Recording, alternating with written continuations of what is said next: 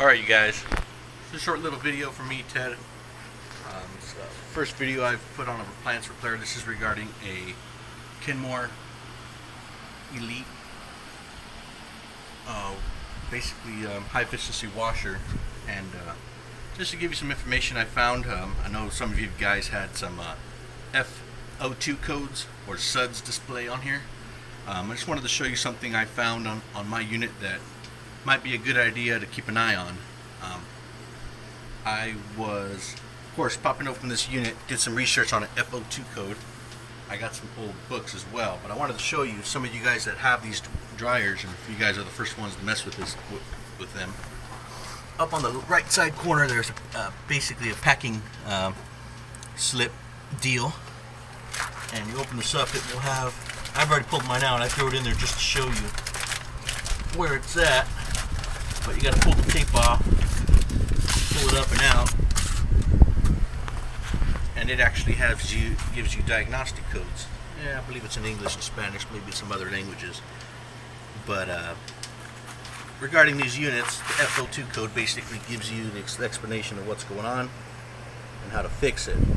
So this basically has to do with the poor draining, to sum that up.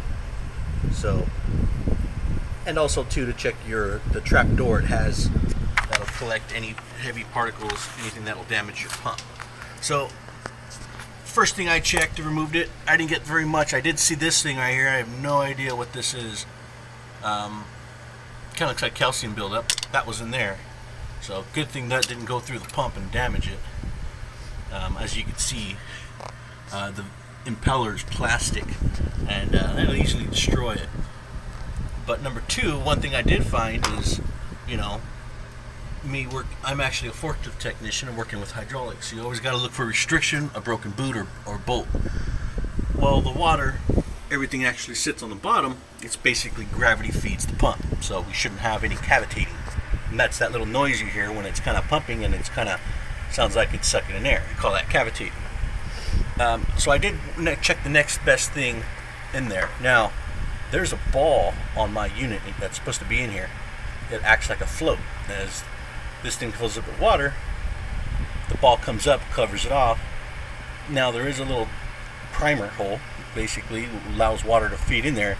Once water goes up, that ball comes up. And as you can tell from the bottom of this thing, the ball sits in there, and if it does sink, it could restrict it. So I went to go look at that and inspect it. Now when I did that, when I pulled this boot off, I found the ball, or as the manual calls it, eco ball, is supposed to be in here. Now it was. I removed it and found a pinhole in it, causing the ball to fill up with water, to sink, and to block basically the feed line for my pump. So just keep an eye on that. I was going to try to repair it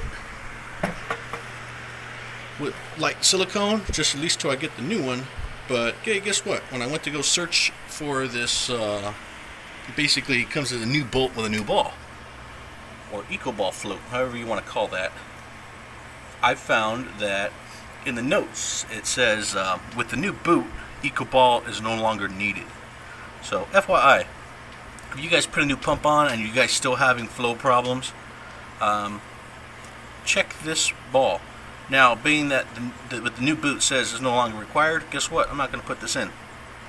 Because if that fixes my problem, it's probably going to save me having to put a pump in my unit, because this is full of water, causing it to float, sink, and guess what? Restrict the inlet. Pretty common sense how that could happen, and didn't even realize it. So, might be of best interest. Try that, see if it works. If it works, great. If it doesn't work, well, hey, guess what? At least I know I need my pump, and something stupid as a ball like this, works like a carb or like a toilet, if you will, and can cause problems. So give that a shot. I'm going to put my unit back together, see how it works. It's not going to cost me anything but time. Good luck, and hopefully this video helps you out. And yeah, this is actually all the way in there. This is rubber, as you can see, and yeah, just pull it right on out.